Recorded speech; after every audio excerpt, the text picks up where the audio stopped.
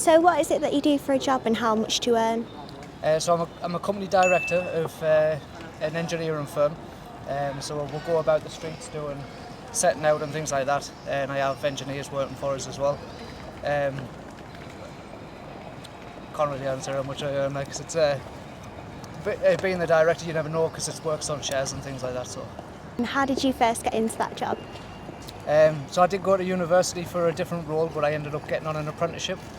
And through the apprenticeship I started doing the engineering, worked up into getting my own team, and then eventually me and a business partner cut ties and went and started our own business, and we just grew from there, just getting other engineers involved and things like that. And was it a hard process to scale up your business? 100%, yeah. It's definitely risk taking. There's times when we first started where you don't know if the mortgage is going to be paid and things like this when you've got people depending on you, but it was definitely a worthwhile step doing, and then financially rewarding as well. Yeah. And what are some pros and cons to your job? See, as the director, and then you're an organiser, a team leader as well, there's a lot of hours that goes in that's unpaid, because you've got to organise everybody else around in your team, and then liability wise, is for my role as the engineer, it's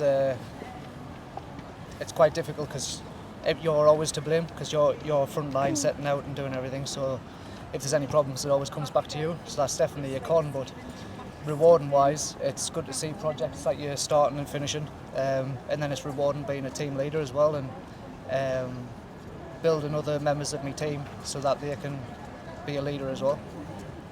Our job app matches young people to careers based on who they are as a person, so what skills or personality traits make you good at your job?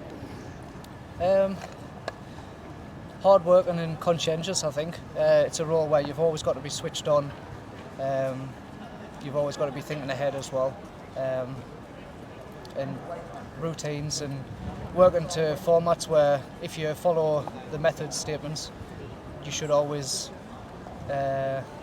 if you work into the method statement, you should always try and be covering yourself, so you're going to be following the formula so that you're covered for mistakes and things like that.